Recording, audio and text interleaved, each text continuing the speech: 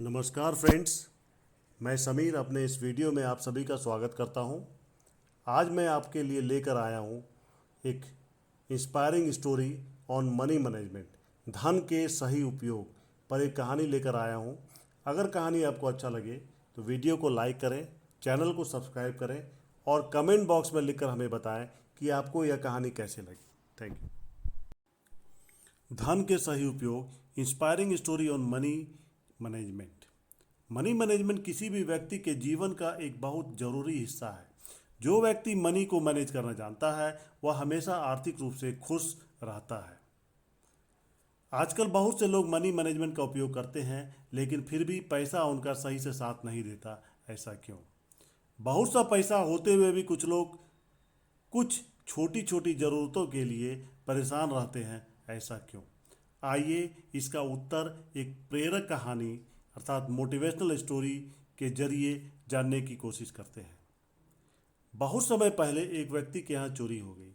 चोर उनके घर में रखे 10 लाख रुपये चोरी करके ले गया। पूरा परिवार बहुत दुखी था। उस व्यक्ति और उसकी पत्नी का तो रो रो कर बहुत बुरा हाल था। पुलिस ने रिपोर्ट पुलिस में रिपोर्ट लिखा दी गई। पुलिस घर आई और जो जांच पड़ताल उन्हें करनी थी वह करके चली गई। तभी अचानक उनके कुलगुरु उनसे मिलने पहुंचे। परेशान परिवार ने घर पर आए कुलगुरु का स्वागत किया, उन्हें सम्मान से बैठाया और पानी आदि को पूछा। कुलगुरु ने देखा कि घर में सभी उदास हैं। सबके चेहरे लटके हुए देखकर उन्होंने पूछा, क्या बात है? सब लोग इतने परेशान क्यों लग रहे हैं? घर में सब कुछ ठीक चल रहा है या नहीं? तब उस व्यक्ति ने अपने गुरु को चोरी के बारे में सब कुछ बता दिया। गुरुजी बोले, चोर क्या क्या चुरा कर ले गए? वह व्यक्ति बोला, घर में कोई कीमती चीज़ है ही नहीं, जैसे तैसे अपना गुजारा करते हैं। चोर तो हमारी जमा पूंजी ले गया जो 10 लाख रुपये थी। गुरुजी बोले, क्या 10 लाख रुपये? तुम तो इतनी मुश्किल से अपने घर का खर्चा चलाते हो, बहुत सी ज़रूरत की चीज़ें भी तुम्हारे घर में नहीं है, तो इतने रुपये तुम्हारे पास कहाँ से आए? व्यक्ति बोला, मेरे पिता मुझे 6 लाख रुपए दे गए थे और कह गए थे इन्हें किसी कहीं खर्च मत करना और इनमें बहुत से पैसे और जोड़ना और उन्हें अपने बेटों को दे देना और उनसे भी आगे पैसे को जोड़ते रहने को कह देना। अब तक मैं इनमें 4 लाख रुपया जोड़ चुका हूँ, लेकिन गुरुजी अब मैं बर्बाद हो चुका हूँ। मेरा सब कुछ लूट गया। वर्षों की कमाई में से कुछ भी ना बचा।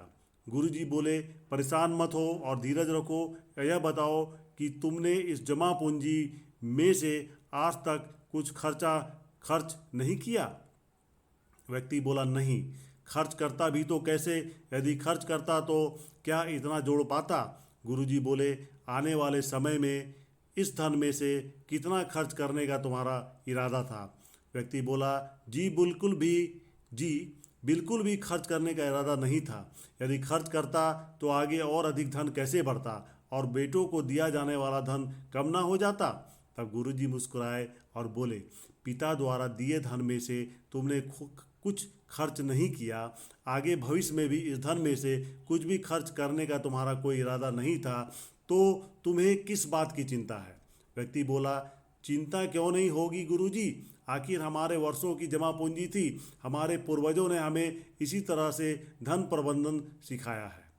इतना सुनकर गुरुजी घर से बाहर गए और एक थैले में छोटे छोटे पत्थर भर लाए और उस धनी व्यक्ति को देते हुए बोले, पत्थर भरे हुए इस थैली को लो और वहाँ रख दो जहाँ तुमने अपना धन इकट्ठा करके रखा था। हर महीने उसमें कुछ और पत्थर जोड़ते रहना। इस तरह बहुत से पत्थर इकट्ठे हो जाएंगे। जब तुम इनमें से ज़रूरत पड़ने पर भी कुछ खर्च नहीं करोगे तो तिजोरी में धन क्या और पत्थर क्या, दोनों एक ही तो हैं। धन तुम खर्चा करना नहीं चाहते हो और पत्थर तुम खर्च ना कर सकोगे, तो दोनों बराबर ही तो हो गए। अपने गुरुजी की इन बातों को सुनकर उस व्यक्ति की आंखें खुल गई। वह बोला, गलती हमारी ही है। अगर हम ज़रूरत पड़ने पर इसमें से धन खर्च करते रहते तो आज तक ज़रूरत की चीज़ों के लिए कभी परेशान ना होते। उसे बीच में रोकते हुए गुरुजी ने कहा, और ना ही तुम्हारा यह धन चोरों द्वारा चुराया जाता, क्योंकि तुमने घर की सही से मरम्मत नहीं कराई थी और इसी बात का फ़ायदा उठाकर चोर घर में घुस गए। इतना पैसा होने पर घर को असुरक्षित रखना कहाँ की बुद्धिमानी है?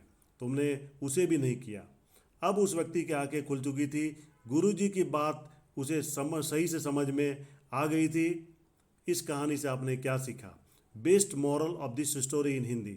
दोस्तों, इस कहानी से हमें मनी मैनेजमेंट के बारे में बहुत कुछ व्यवहारिक बातें सीखने को मिलती है।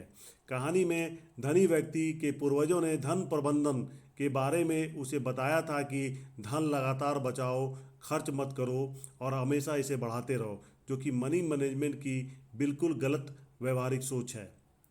वास्तव में मनी मैनेजमेंट की सही व्यवहारिक अर्थ, प्रैक्टिकल मीनिंग है कि धन लगातार बचाओ, ज़रूरत पड़ने पर ज़रूर खर्च करो, लेकिन बगैर ज़रूरत के कभी नहीं, तथा बचाए धन को इन्वेस्ट करके और अधिक बढ़ाते रहो। सोचो, यदि आप किसी मार्केट में जाओ जहां आपकी ज़रूरत की बहुत सी चीज़ें हों और आपकी जेब पैसों से भरी हुई हो, आप मार्केट में घूमते रहो और कुछ देर बाद बिना कुछ खरीदे वापस आ जाओ, तो समझ लो आपकी जेब चाहे पैसों से भरी होती है या पत्थर से, कोई फ़र्क नहीं पड़ता। यदि पैसा केवल जोड़ते ही रहोगे और ज़रूरत की चीज़ें नहीं खरीदोगे तो वह जमा किया हुआ धन आपको कभी सुख नहीं दे पाएगा। अतः ज़रूरत के चीज़ों पर हमेशा पैसा खर्च करना चाहिए और बिना ज़रूरत के चीज़ों को खरीदने से हमेशा बचना चाहिए। धन चलता हुआ अच्छा रहता है, क्योंकि तभी यह सही मायने में बढ़ता है, जबकि रुका हुआ धन या तो चुरा लिया जाता है या अपने मूल्य को लगातार कम करता रहता है।